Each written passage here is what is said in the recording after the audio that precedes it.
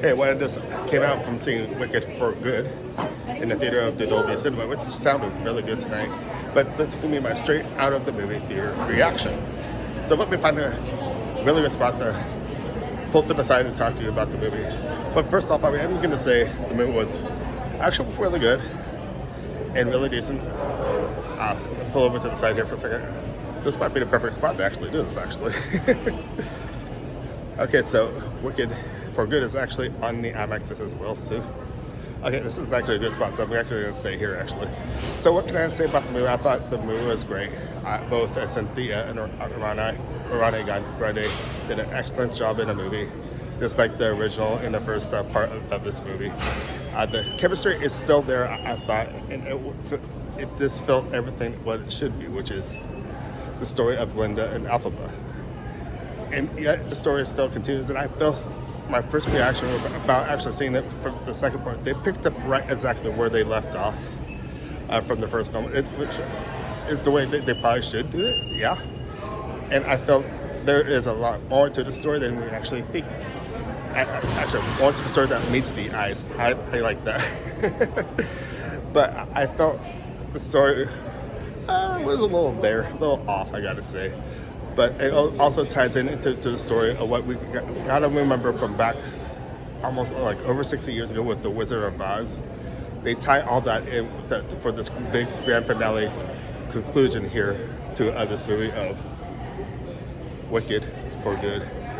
This poster is actually really cool. And what I love about this story is the fact Elphaba is not really such a bad person.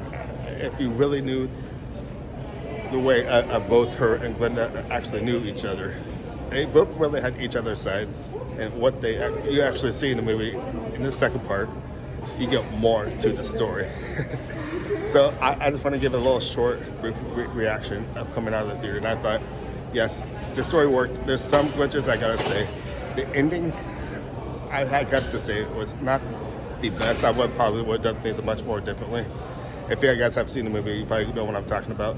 If you guys do like the movie, leave your comments down below. I want to hear what you guys actually say about the movie. But other than that, it's going to be a little short video about my reaction out of the video coming out from seeing Wicked for Good. And maybe I might have to do a full review now because there are some insights. And when I do my review, this might be a straight up spoiler because it's just there's so much I want to talk about. Of course, I'm trying to withhold everything I want to say because I want to say everything as it is. So, but suspect that maybe seeing it with maybe I will give you guys a week or maybe a little more. But there's a lot I do want to talk about more about this movie. But I do recommend it. But I do have to say the first part was my favorite one in this series because this, I don't know. See, that's where I'm going to pause myself and wait for my full review when I do that in the near future here. Okay, so here from the AMC Theaters, my name is Ryan. Thank you for watching. Make sure to give it a thumbs up. I hope you guys get around to seeing this movie, Wicked for Good, because it is actually for good, I gotta say. So have a good time with it and enjoy the movies. And maybe I might see you here at the movies next time. Thank you for watching. Bye. That's right. The big epic conclusion of Wicked for Good. If you guys have seen it in IMAX, leave your comments down below too.